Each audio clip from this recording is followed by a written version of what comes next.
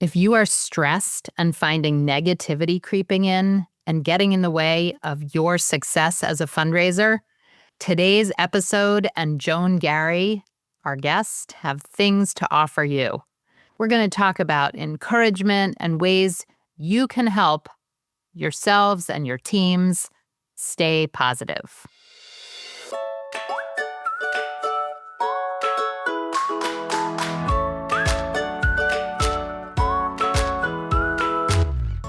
Welcome to All About Capital Campaigns, a podcast that provides fuel for your nonprofit's growth. Each week, Amy Eisenstein and Andrea Kilstead, co-founders of Capital Campaign Pro, provide practical tips about raising more money for your nonprofit organization. Here are your hosts, Amy and Andrea.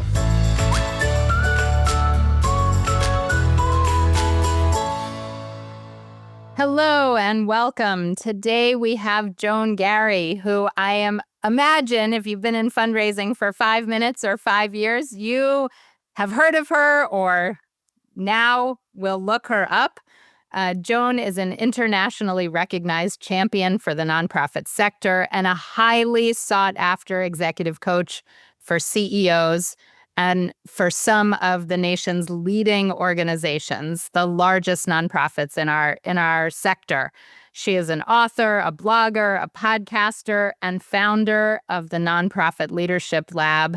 Joan has helped hundreds of thousands of nonprofit board and staff leaders become 5-star managers, communicators, and ambassadors for the organizations that they love.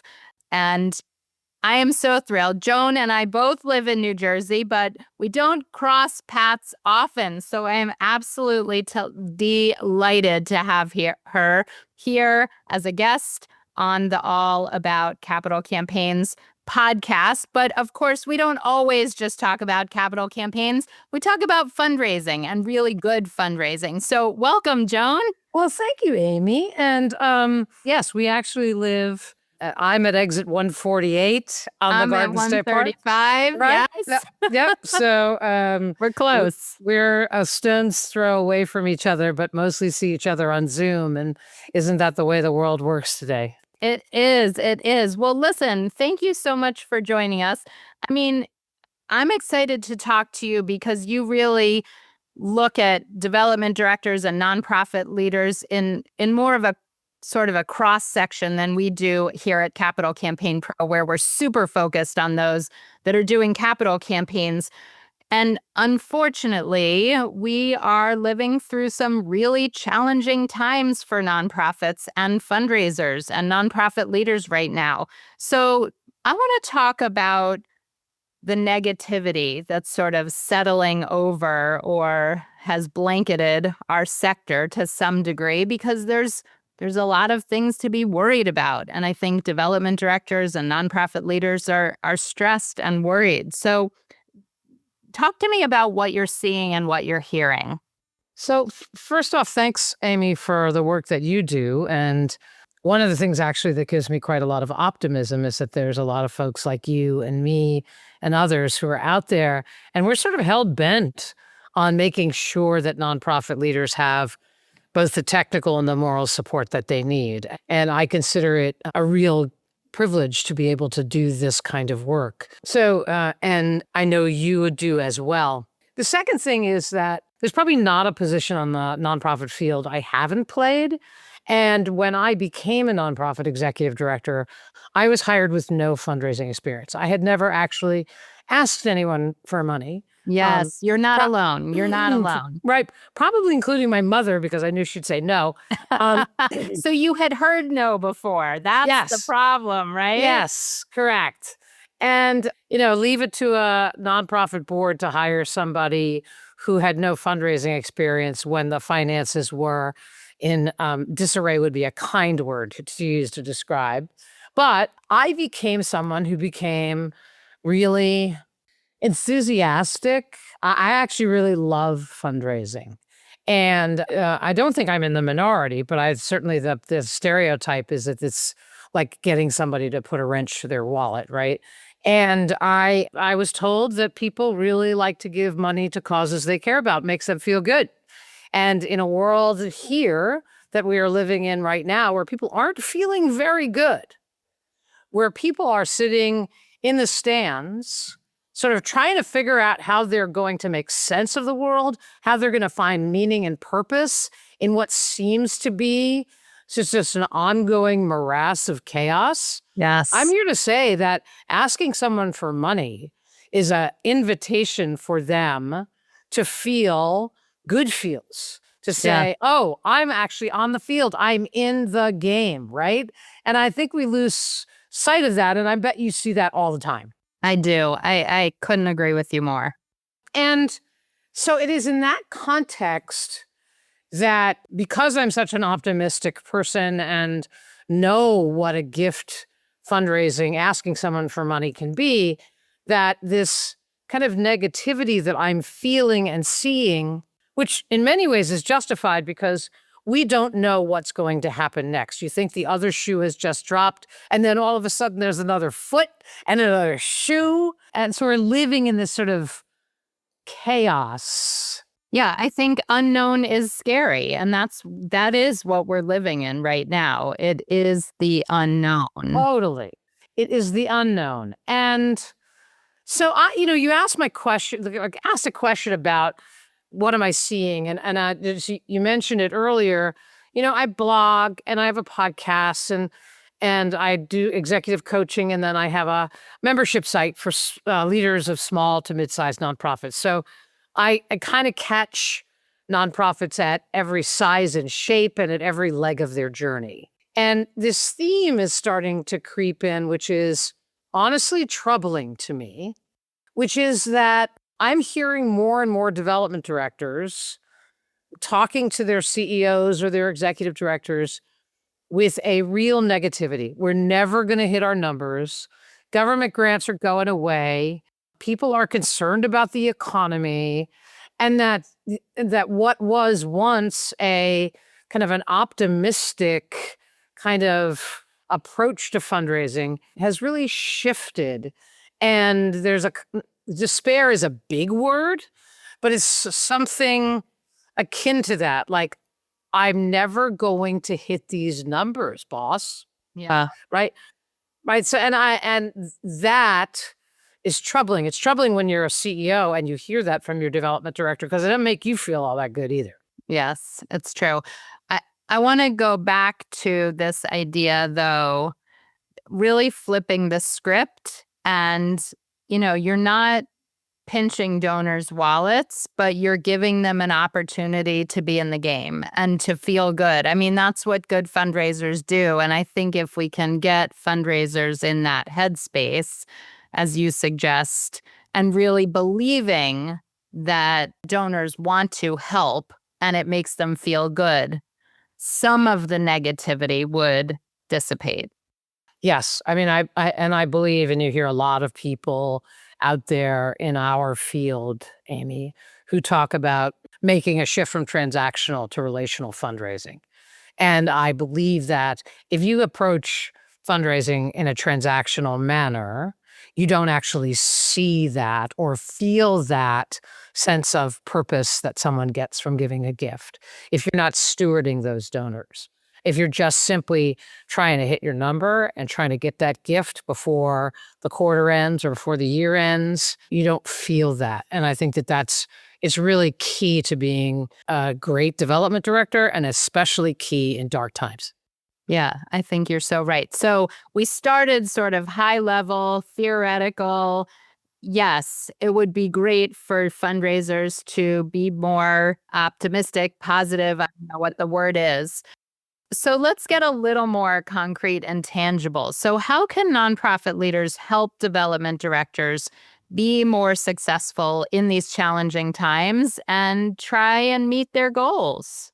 It's an interesting question, because I think goals are actually part of the problem.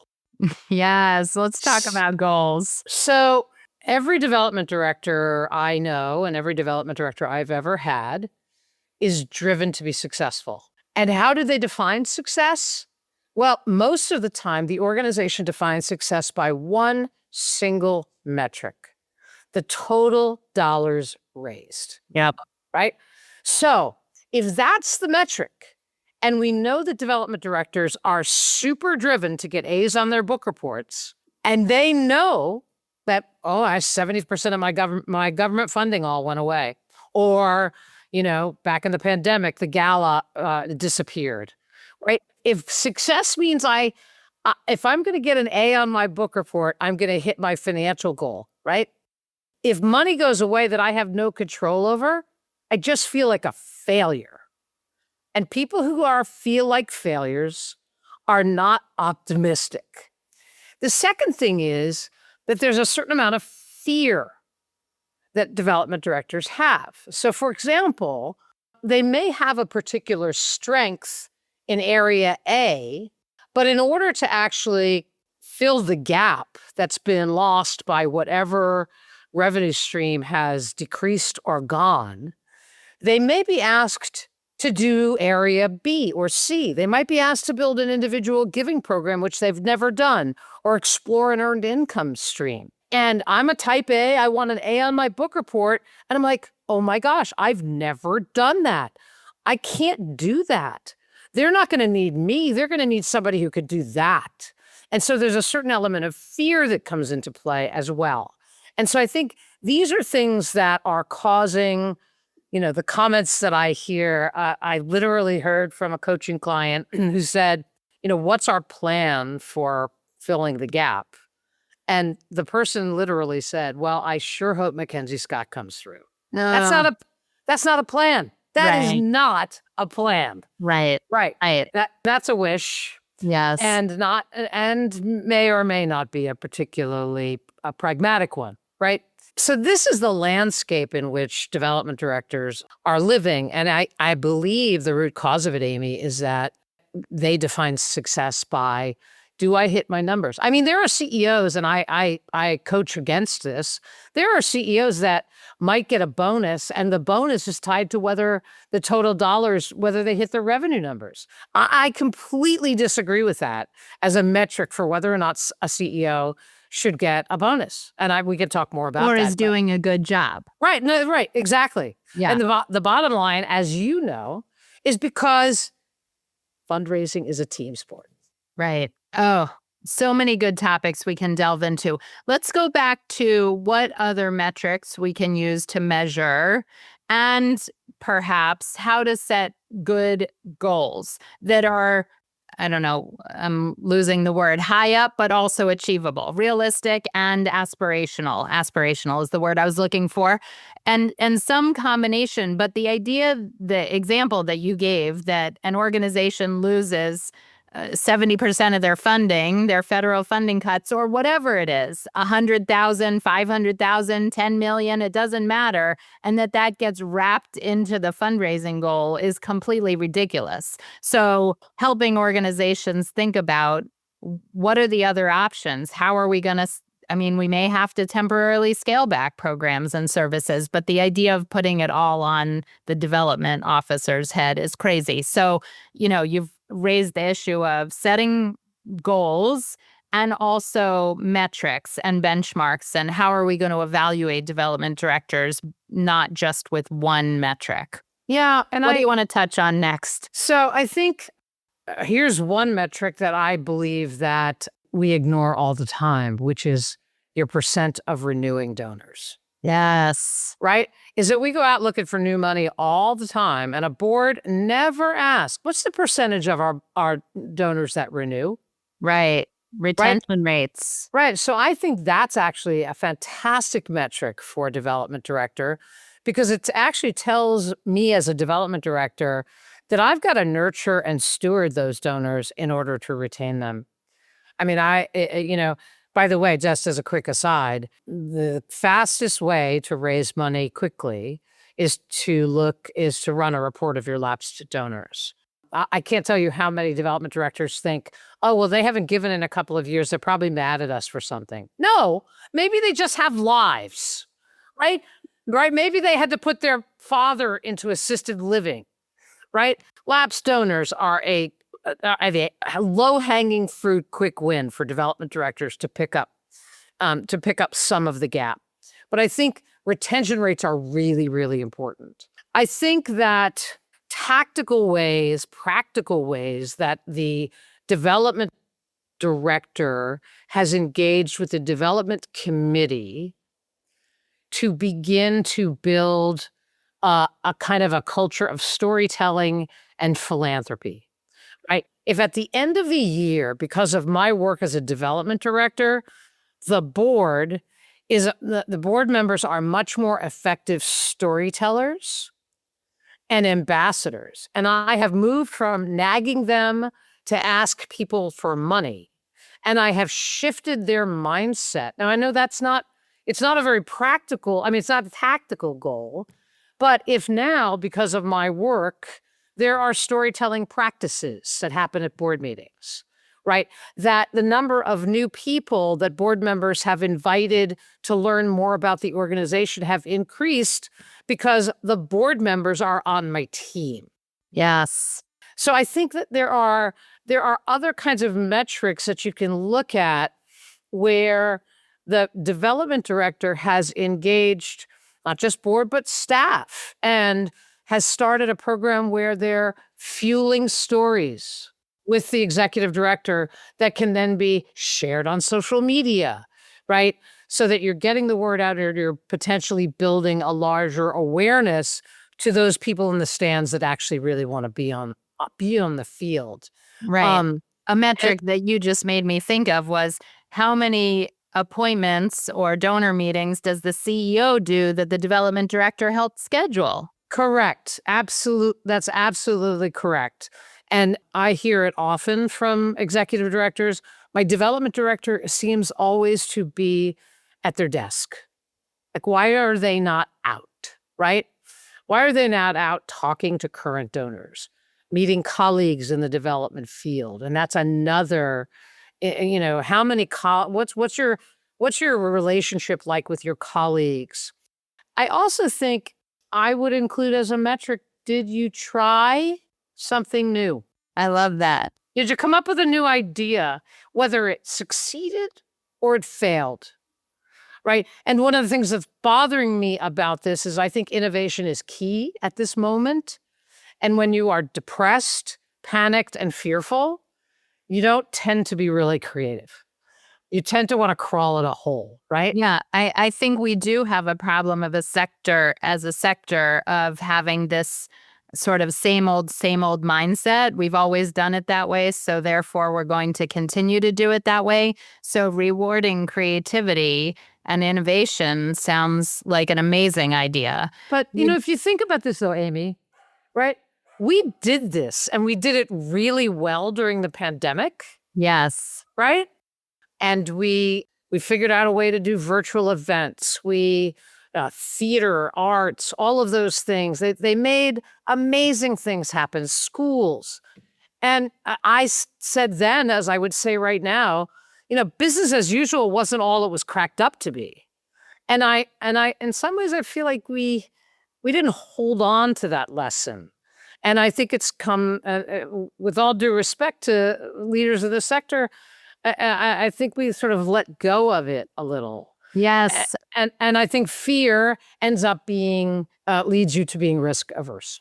Yeah. Well, that's so interesting about that COVID point. I hear constantly, not constant, I guess that's the wrong word. I hear frequently, our donors go away for the summer or the winter or whatever it is. I said, did we learn nothing in COVID? Have a video chat. You don't have to wait for them to come back from Florida or Colorado or wherever they went for the season to continue the conversation and to continue, the dialogue. Right. All right. So yeah, go ahead. One other metric I think is actually really interesting for nonprofit leaders to think about is how do we engage our board in stewarding our donors? Right. If I would say a great goal for a development director would be to work with the board to institute a stewardship program where they each have a couple of donors. And it's also a fantastic way for board members who do not have deep Rolodexes for them to begin to own new relationships so that at the end of the year, perhaps they're the ones that ask for the renewal, or they learn something that indicates that they go to the development director and say, that person got a new job, and I think they could do more than they're giving now. So I think it's really coming up with strategies to engage board members and staff and the CEO, to your point, and so that you're building really a culture of philanthropy. Yeah. I'm glad you brought up that stewardship piece, because we've had data from Penelope Burke and others for more than a decade that shows that when board members are involved in stewardship, donations increase. And yet, I have to say, I think of all these years of me giving donations to a fairly wide variety of nonprofits, I don't think a board member has ever called to thank me.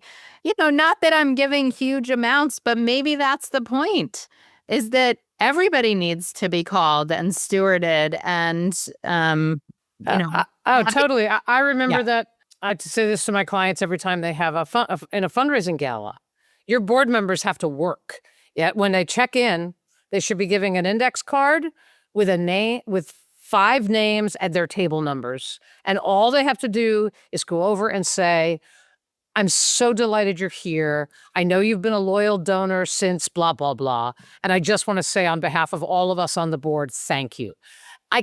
People just fall over when a board member comes to a table, right? It means something. You forget as a board member that you actually are thought of as a leader. And that's part of the problem, isn't it? Yeah. Yeah. All right. Let's talk about some other ways that you've seen development directors be creative and innovative that have worked. I'm glad you mentioned it's okay to try things and have it not work. I couldn't agree with you more.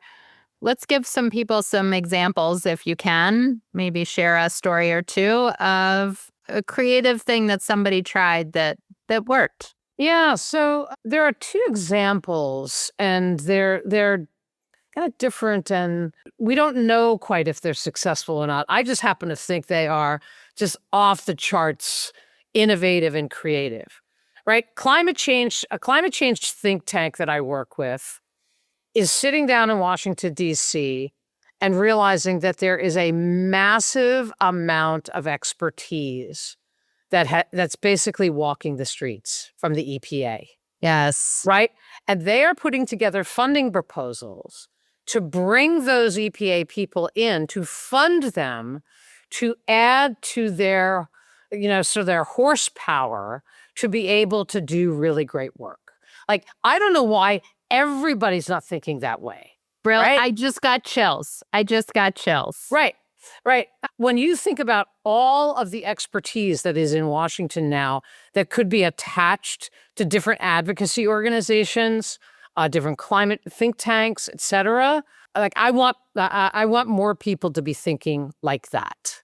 Yeah, right? that's so you talked about, or I think you mentioned, writing grants to help support those positions, but your biggest donors want to see more of what you're doing. So go to your individual donors and say, we have an opportunity to get this totally brilliant person who was just let go from their position at NIH, at a university, at a think tank, at wherever.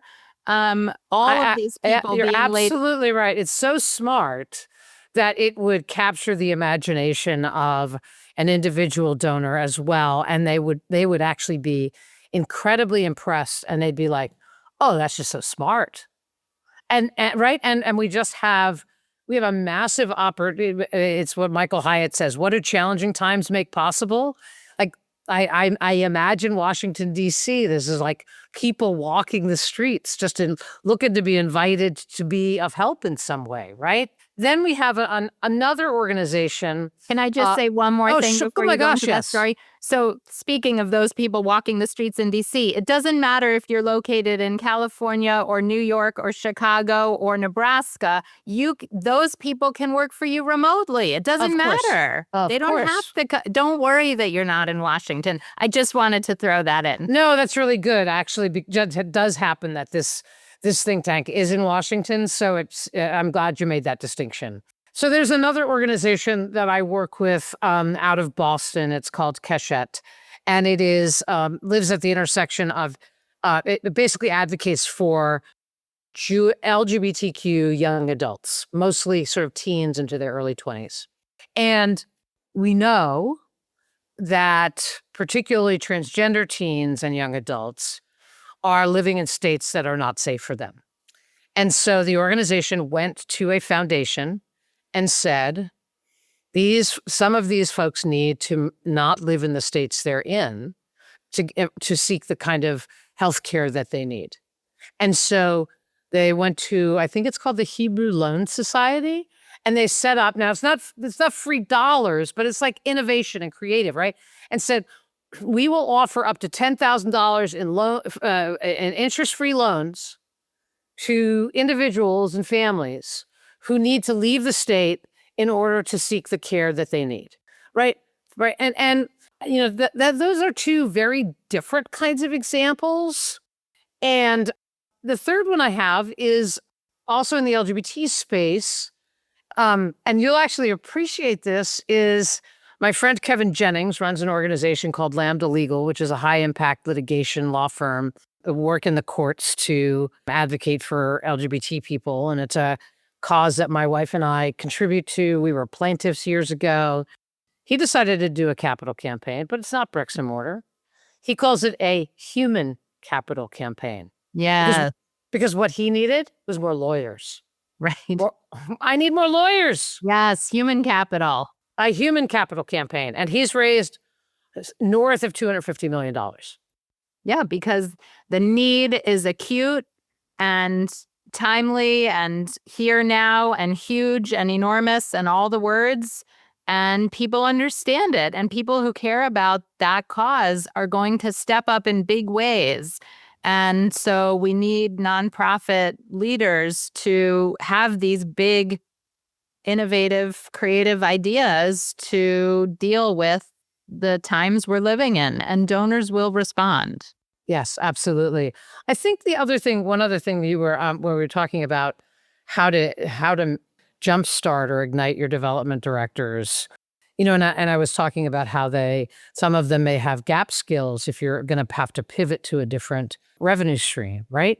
If they need skills building, introduce them to the array of learning communities that are out there that provide not only technical support, but moral support. And I run one at the Nonprofit Leadership Lab, but there are others as well.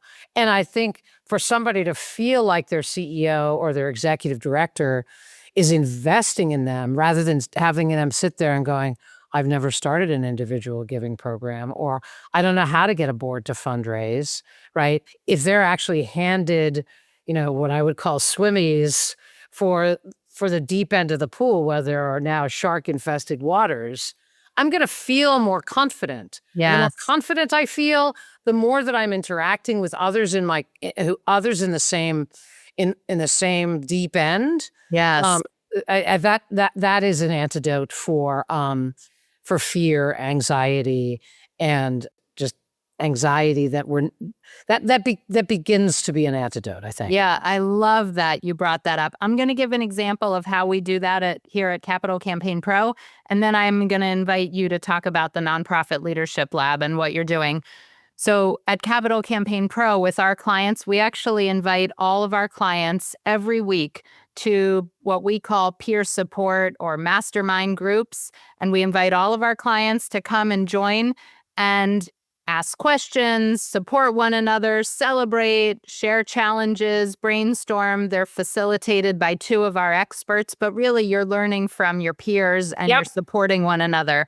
And my favorite sort of description of this is fundraisers calling this their weekly fundraising therapy.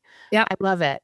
And it's such an amazing community where you can really come together and learn and grow and support one another and share challenges and celebrate successes together. It's so important during challenging times and regular times. So we do that every single week here. We have multiple groups. There are multiple time slots. People can come together, and it's, I don't know, to me, I think it's such a magical part of the service that we offer to our clients, providing that community. So tell us about Nonprofit Leadership Lab. Yeah, and I will tell you that when we started the Nonprofit Leadership Lab, it was in response to realizing that there were so many nonprofits that had budgets under $1 million where the executive director or the development director wasn't going to ask for leadership development money and or because they just knew it would get cut, right? So we came up with something affordable. And our belief always from day one is that they would come for the people would come for the content, but they would stay for the community. So I couldn't agree with you more about the power of community in dark times and in regular times, but especially in dark times. And so we are an online membership site. We have about 6,000 members from North America and around the world. So we have folks from Kenya and South Africa and Australia, lots of folks from Canada. And we provide very practical, it is essentially about how to be a more effective leader and manager and across formats. So there are video master classes, checklists, templates. And then what we're able to do, not unlike you, Amy, is we're able to be pretty nimble. So we're doing a workshop in August, 5 days, but 1 hour a day on how to actually diversify your revenue streams, how to think about that, right? During the pandemic, we brought in an expert to say, here's how to fill out your PPP loan, right? And so you're able to be both evergreen as well as opportunistic and Responsive. I'm going to call it exactly. responsive. Responsive, exactly, Yes. exactly. And Excellent. at $49 a month, you can find whether you use it and you probably find this too, whether you use one piece of content in a month or you find an expert seminar you go to 3 months down the line because you haven't had time, it actually pays for itself. And that was originally our value proposition when we started it. And so it's been probably one of the more rewarding things that I've done.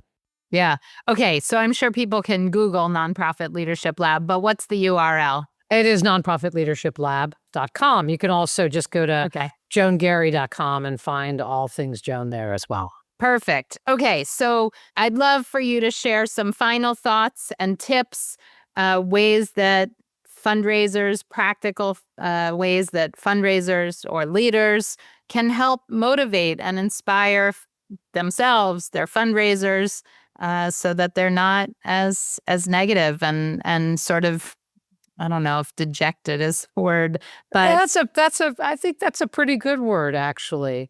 Not one I really want to attribute to development directors, but it's kind of where we're at, right? And I think the number one tip is that far too often development directors are at their computers, they're at their desks, they're managing people, and they forget to go and touch the work.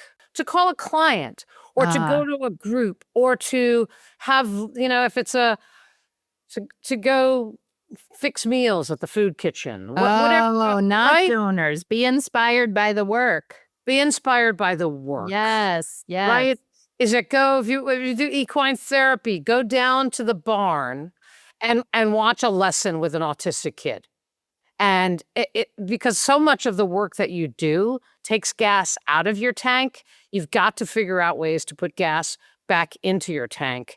I often tell people that they should hold on to the cover letter that they wrote when they applied for the job, because if you reread it, it's just juicy and so filled with all the reasons you wanted to come work there. And you can lose sight of that. So those are the kinds of things I feel like we spend too much time in the work and not enough time touching it. I think it's as true for executive directors as it is for development directors, and it's as true for board members as it is for everybody's got to be out there. I did something for a library foundation, and I knew beforehand that most of the members of that board hadn't been to the library in some time. Now, I did not shame them when I talked to them, but I said, what if at every board meeting, every one person was assigned to report out on their visit to the library, what they learned, who they talked to. They talked to somebody who was picking out books. They talked to a kid. They talked to a librarian, right? And I didn't, and it was you could see the look on people's faces like, oh gosh, I haven't really been to the library in a long time. It's like, how could you possibly be an ambassador for a library if you haven't been there, right? The last thing I want to say, I believe that development work is a noble profession. I know you do as well. And that there are fantastic people out there who have either the experience or they have the soft skills, the relationship skills to be fantastic development directors. And I think that there's a myth that we really need to bust. And that is, I have a poor performing development director, and I believe it is, I've really, really thought about this, and I've looked at my board, I've looked at me and my staff, and I don't believe this might have been the person who got us here, but it's not going to be the person who's going to get us there. And we hold on to them. I've seen it time and time and time and time again. Executive directors hold on to them because they don't want to be without anyone. And there is a myth that there are not great development directors out there. And I find this so frustrating because it's wrong. It's absolutely wrong. And that you're not managing out a poor performer because you think there are not enough really good development directors out there, like, shame on you, right? There are excellent 5-star people, whether they have closed a $250,000 gift or not, that can be mentored and shaped into kick-ass development directors who can make all the difference in your organization, especially in times when you need somebody who's really thinking outside the box, right? Because what I have now is I have people who have development directors who may not be up to the task, right? But the fear of not having a development director, or a fear that is actually rooted in not in reality, that there isn't someone great out there, we have to get over that as a sector.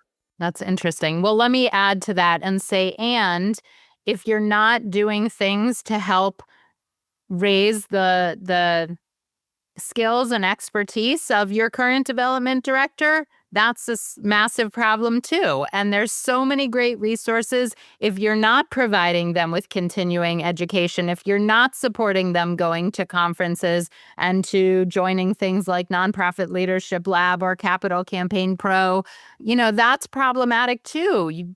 If you provide opportunities to help them grow and learn and grow into the job, that's always my first choice. It's a gift. Yes. It's a gift to do that. It's a gift, and it says, I'm investing in you because I believe in you. Yes. Yes. Excellent. Joan, what wisdom you shared. I think it was inspiring it was inspiring for me. I learned some new things and came up with you helped inspire creative new ideas, and I know it was for our listeners too. So thank you so much for being here and joining me. My pleasure, and thank you for the work that you do. And I've learned a lot about the world of capital campaigns as a result of your expertise too. So thank you. Excellent. All right. Thanks, listeners, for joining us, and we'll see you next time.